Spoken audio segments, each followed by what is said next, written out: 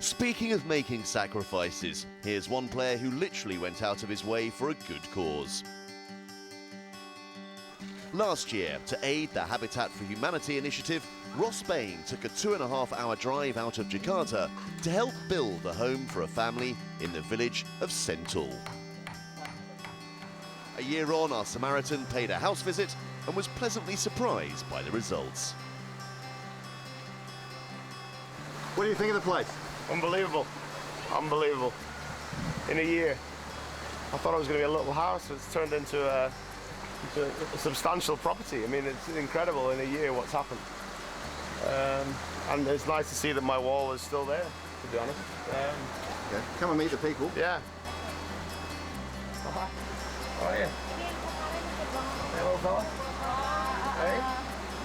Hey. It's great to see what a charity like Habitat for Humanity can do with some funds from a golf tournament. Obviously last year, wonderful. We raised some money for the cause, and to come back and see what they've achieved is amazing. You know, I mean, I expected a small house, and I see almost a small village, which is, you know, testament to their ability as a charity, and obviously the tournament's pledge to them to raise money. So it's wonderful.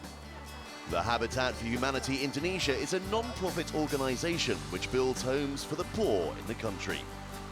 Last year, over $22,000 were raised from the proceeds from the Indonesian Masters.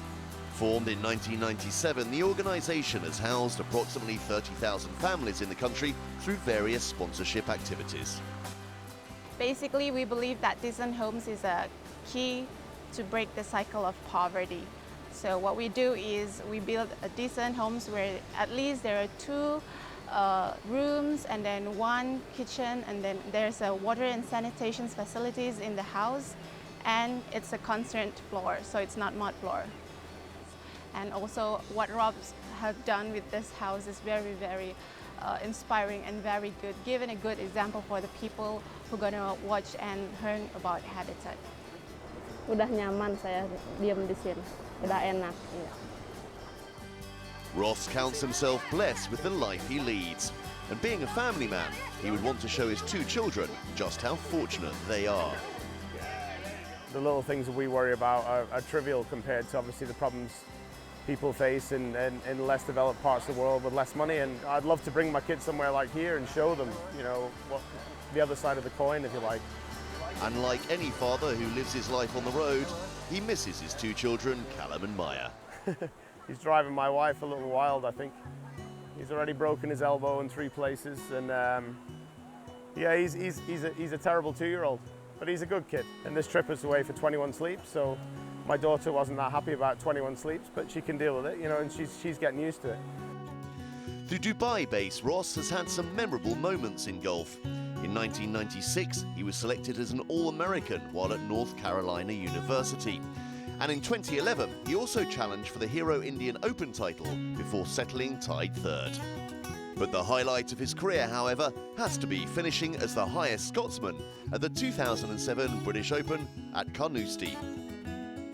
Yeah, I mean, it was a great experience. Carnoustie was, it proved to me, you know, that I had an ability as a golfer, you know, and obviously I was lucky enough that week to be the top Scot and got the media attention from the Scottish press, which was nice. I mean, to be honest, I wish I could sit here and say I've been back to a British Open or a major for that matter, but it hasn't happened.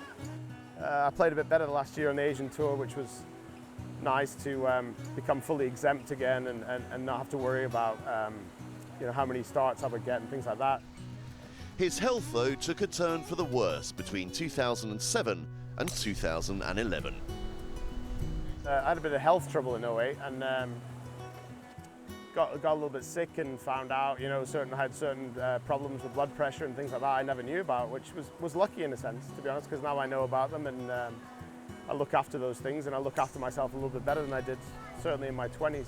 Then I played poorly, and it was a disappointing year, and obviously to come back again and keep going through the tour school and struggle and do those things to manage to get a card every year with a young family.